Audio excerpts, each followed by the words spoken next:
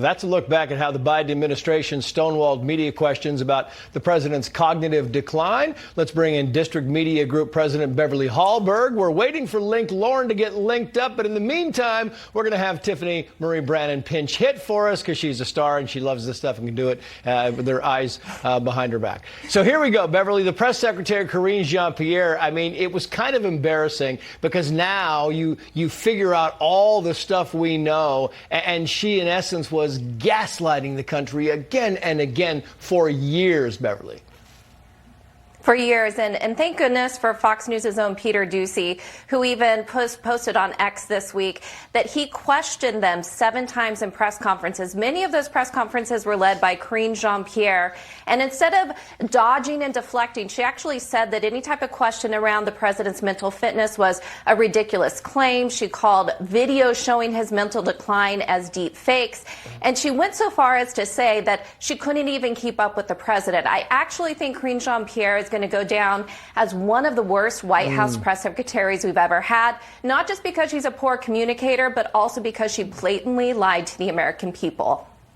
Yeah, well, here we go. Look at we got Link Lauren and Tiffany Marie Brannon. How's this going on? So, Link, to you, thank you for coming up for us. CNN is now questioning because you had NBC saying, oh, the Trump administration is not being transparent because they're not releasing transcripts. They literally are holding diplomatic meetings on national television, and it's cabinet meetings on national television, and given all this video and answering every question. CNN now writes the following here. The Trump White House, which touts itself as the most transparent administration in history, has removed a database of official transcripts documenting President Donald Trump's announcements and appearances. The change is yet another example of the Trump administration trying to exert more control. I mean, I would prefer video over transcripts because transcripts are chronically inaccurate, Link.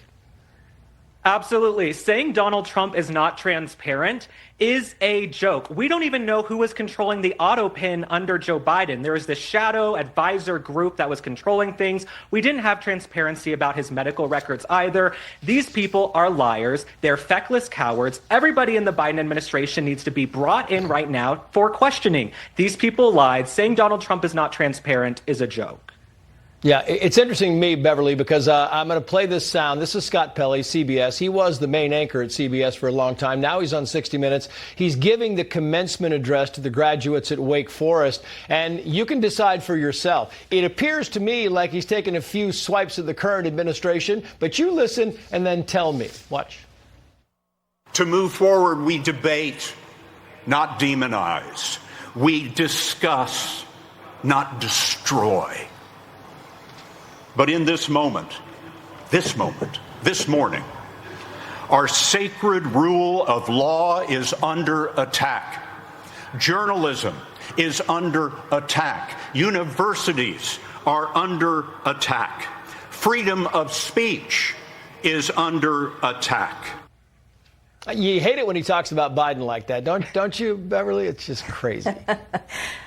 Just crazy. We know who he was referring to, and what's interesting is usually these commencement speeches are supposed to be unifying, they're supposed to be motivational, but here he is not just demonizing half of the country, but the actual students and their families that are coming here to celebrate. Now, I do think it's interesting he even used the phrase that journalism is under attack because this comes at the exact same week the veil is being ripped apart, and we're seeing what journalists really did in reference to Joe Biden's health. I think if anything is under attack, it's the integrity of journalism because of their own selves.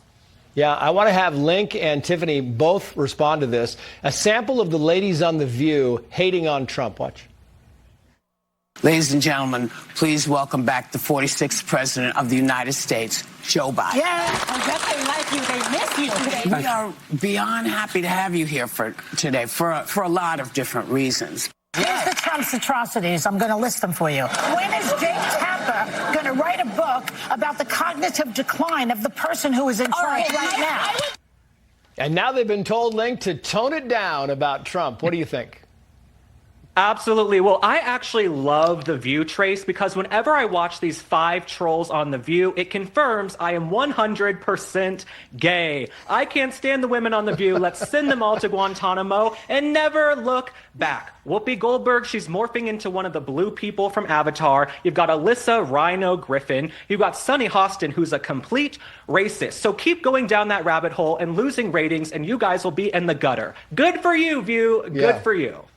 Tiffany, your final thoughts. I think that Link makes a great point. I mean, what will we do without The View to give us wonderful segments like this and their insanity, you know? So we got to take it for what it is. But they've definitely gone on the rabbit hole pretty far. Yeah. Tiffany, Link, Beverly, thank you all. Coming up, anti-Semitism on the rise here in Los Angeles. Our next guest.